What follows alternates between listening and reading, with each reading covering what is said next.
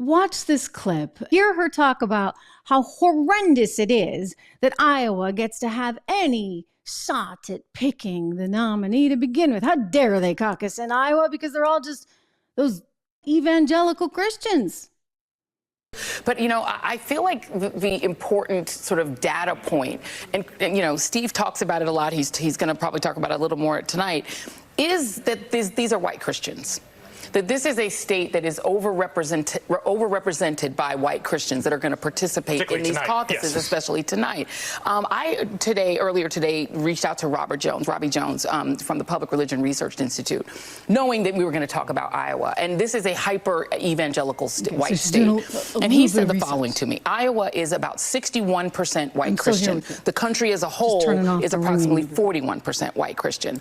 And in Iowa, we're talking about evangelical white Christian. Because I asked him, what do they get out of supporting Donald Trump? Because he keeps losing, he keeps delivering losses and losses and losses. And he said the following: they see themselves as the rightful inheritors of this country, and Trump has promised to give it back to them.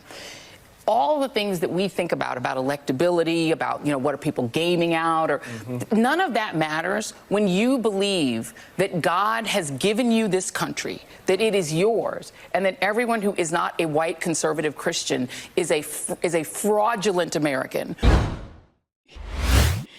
Did you hear enough?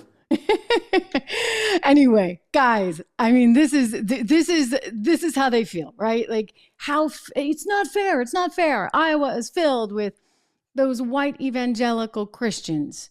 Again, because they only see things through color. By the way, nearly half the country, I should point out, is white evangelical Christian, for whatever that matters. I get it. Like, Iowa is like higher 60 some odd %. But the truth is, you know what? They just don't want them to win no matter what. They seem to be more comfortable with New Hampshire, which, by the way, born and raised, live free or die, New Hampshire. It's on my mug. You can go to my store if you want one, trishregan.shop.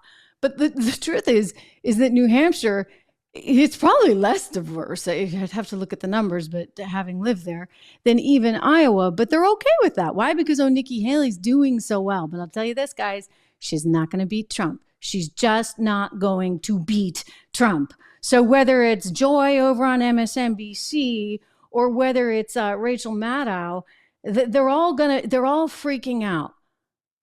He's going to win New Hampshire. He's going to win South Carolina. And I think he's going to beat Biden. You agree?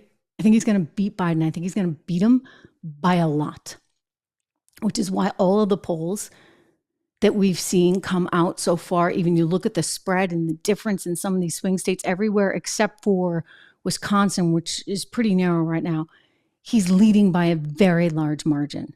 So this will be historic in more ways than one. In other words, the history is not ending with Iowa. The history is going to continue to be made all the way back to Pennsylvania Avenue. That is my prediction.